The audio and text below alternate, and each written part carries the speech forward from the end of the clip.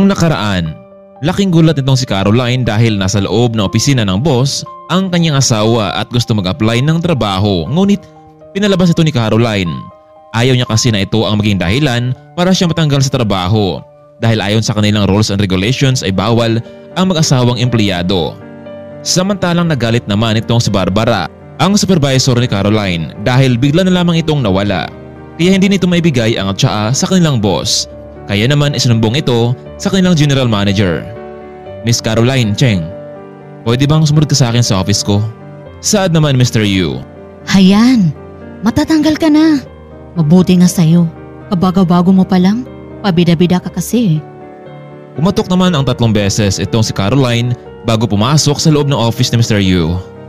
Come in, Caroline. Sir, pasensya na po kayo. Parang awa niyo na po. Bigyan niyo pa ako ng isa pang pagkakataon. Pangako, hindi na mauulit pa iyon. Caroline, ako ang humingi sa'yo ng dispensa sa ginawa ng supervisor sa'yo. Alam mo, eto. Tanggapin mo ito, kaunting halaga para sa'yo.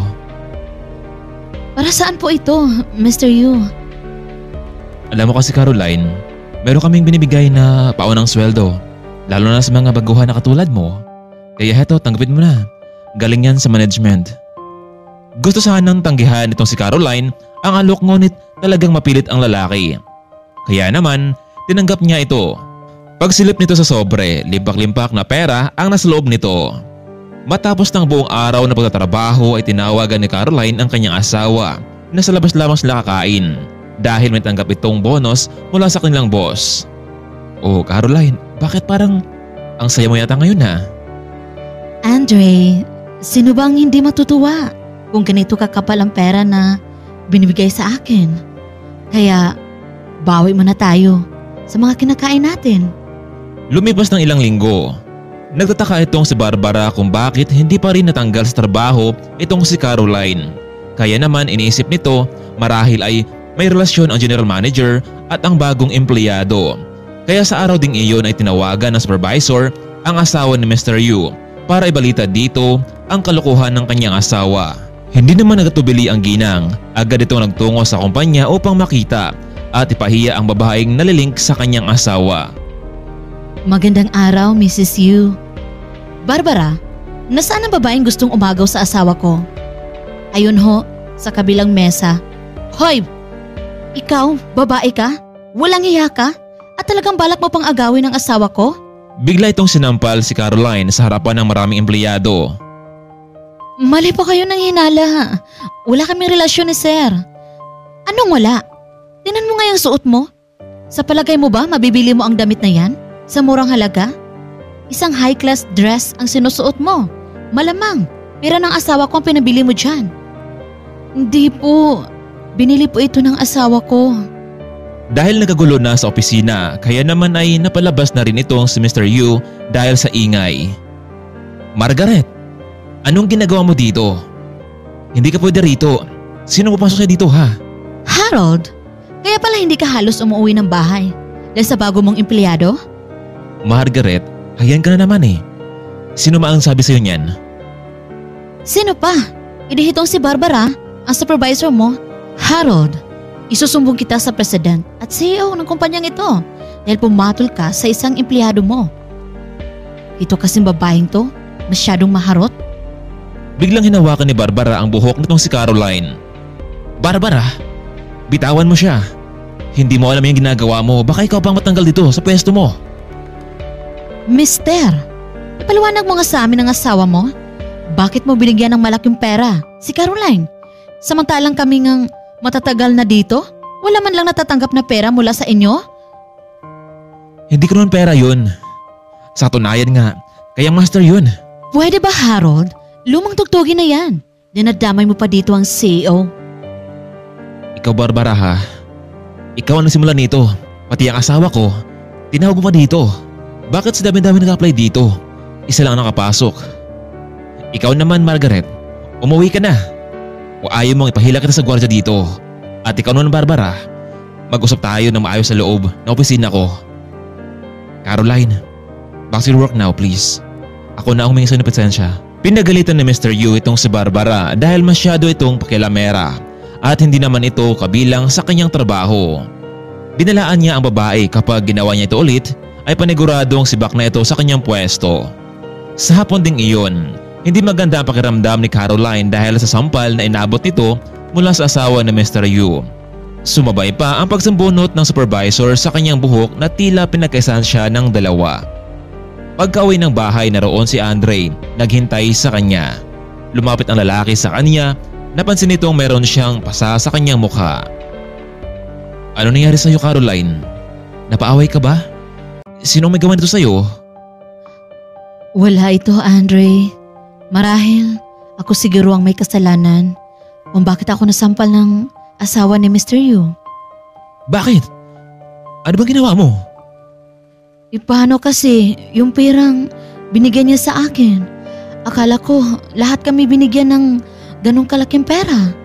Kaya nagalit sa akin si Margaret Yu at si Miss Barbara. Ano? Hindi ito maaari. Andre, wala tayong magagawa dahil mas makapangyarihan sila at kaya nilang baliktarin ang sitwasyon. Halika nga dito, Caroline. Lagyan ka ng yelo yung mukha mo. Medyo namamaga kasi. Salamat, Andre. Kaya huwag ka na bumalik sa kumpanya namin, ha?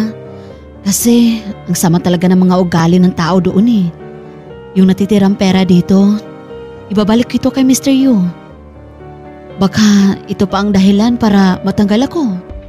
Labis na nasaktan itong si Andre sa kanyang nalaman. Ganun palang ugali sa loob ng kanyang kumpanya. Ang mas mabuti pa, Caroline, kumain na tayo dahil nagluto ako ng masarap na pagkain. Ikaw na muna kumain, Andre. Medyo pagod kasi ako eh. Kailangan ko magpahinga. Hello? Andre? Kumusta? Yung pinakilala ko sa yung babae. Lola, mabuti naman po at tumawag po kayo. Ano? Nakilala mo na ba siya ng maayos? Lola, naawa ko sa kanya. Lagi siyang binubuli sa office. Iho, hindi ako makapaniwala na meron kang ganong empleyado. Kung sa bagay, wala namang ibang tumulong sa akin noon, maliban kay Caroline. Lola, kailan ko na bang ipagtapat sa lahat? Talagang nainis na ako sa kanila eh. Andre, may tamang oras para ipagtapat mo ang lahat. Sa ngayon, magpanggap ka muna bilang asawa ni Caroline. Binaba ng lola ang kanyang tawag. Caroline, ano kaya kung ako na magtrabaho, dumito ka na lamang sa bahay. Kailangan kong suklihan ang kabutihan mo sa akin. Andre, please. Masaya ako na matulungan kita. Isa pa, hanggat hindi pa ako pinalayas ng general manager, magtatrabaho pa rin ako. Kinabukasan, pagmulat ng mga mata nitong si Caroline, wala na sa kanyang tabi itong si Andre. Marahil lumabas ito saglit upang bumili ng pagkain, pero ang hindi alam ni Caroline, maaga itong umalis at nagtungo sa kumpanya para personal na kausapin si Mr. Yu sa nangyari. Young Master, sorry po talaga. Hindi ko naman po akalain na darating ang asawa ko dito eh. Mr. Yu, alam mo bang maraming pasa ang mukha ng asawa ko? Mr. Yu, makinig ka. Oras na mangyari ulit sa kanya, lahat kayo walang maiwan dito. Papalitan ko rin lahat dito. Anyway, mawala ko dito ng linggo. Katulad ng bilhin ko sa'yo, ayaw ko nang maulit pa ang nangyari, lalo na sa asawa ko. Opo, Young Master. Pasensya po talaga.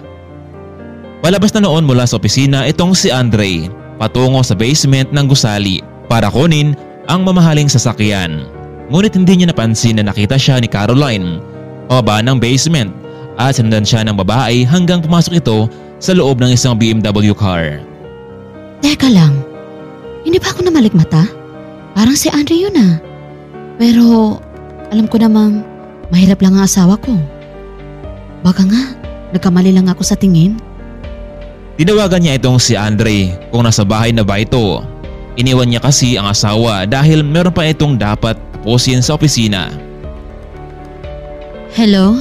Andre, nasaan ka ah? Caroline? Narito lang ako sa bahay. Bakit?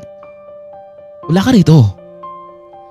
Hay nako, maaga akong umalis. Maraming trabaho sa office. Sige na, tinatawagan lang kita. Hindi mapaniwala itong si Andre na nasundan siya ni Caroline sa basement.